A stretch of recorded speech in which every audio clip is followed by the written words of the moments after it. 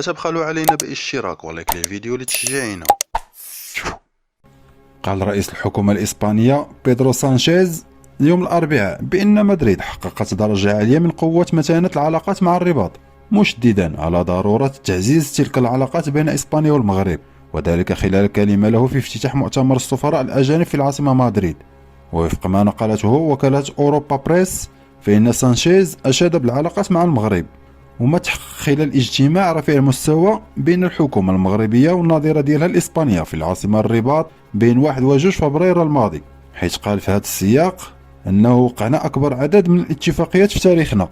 وفي ذات المناسبة تحدث سانشيز عن العلاقات مع الجزائر، حيث رحب بتعيين الأخيرة سفير جديد لها في مدريد وبدء العمل الدبلوماسي، مشيرا إلى أن إسبانيا دائما كانت كتعتبر الجزائر بلد صديق وغتواصل العمل على استمرار هذه الصداقة. وقالت أوروبا بريس بأن سانشيز اكتفى بهذا القول دون أي إشارة إلى الأزمة الدبلوماسية اللي كانت قد اندلعت بين البلدين، خاصة من طرف الجزائر اللي كانت أعلنت في الربع الثاني من سنة 2022 عن تعليق علاقاتها الدبلوماسية مع إسبانيا وإيقاف معاهدة الصداقة والتعاون مع مدريد بسبب موقف الأخيرة من قضية الصحراء، حيث كان سانشيز أعلن في مارس 2023 عن دعم البلاد ديالو لمبادرة الحكم الذاتي اللي قدمها المغرب كحل لنزاع الصحراء تحت السيادة ديالو.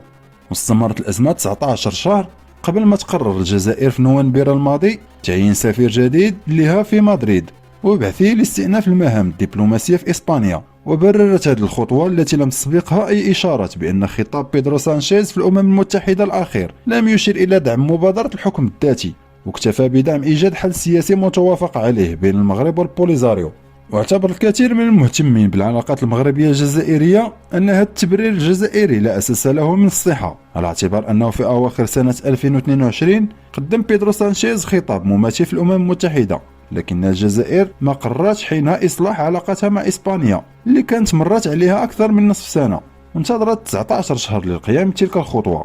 ويرى المهتمون أنفسهم أن قرار الجزائر لإصلاح علاقتها مع إسبانيا يأتي بعد إدراكها بأن ضغوطاتها لدفع مدريد للتراجع عن موقفها الداعم للمغرب ما جاتش بشي نتيجة، وهو ما كان كيعني أن استمرارها غيجعلها هي الطرف الخاسر في هذه الأزمة اللي بداتها وخلقتها من طرف أحادي، وما علقتش الجزائر علاقتها مع إسبانيا على مستوى الدبلوماسي فقط، ولكن كانت قدمت في منتصف 2022 على تعليق معاهدة الصداقة والتعاون مع إسبانيا، وقررت إيقاف معاملات تجارية بين البلدين، وهو اللي كان له تبعات سلبية على العديد من الشراكات الإسبانية الجزائرية معا، بل كان كيتوقع أن تكون خسائر الجزائر أكبر مما حدث مع إسبانيا.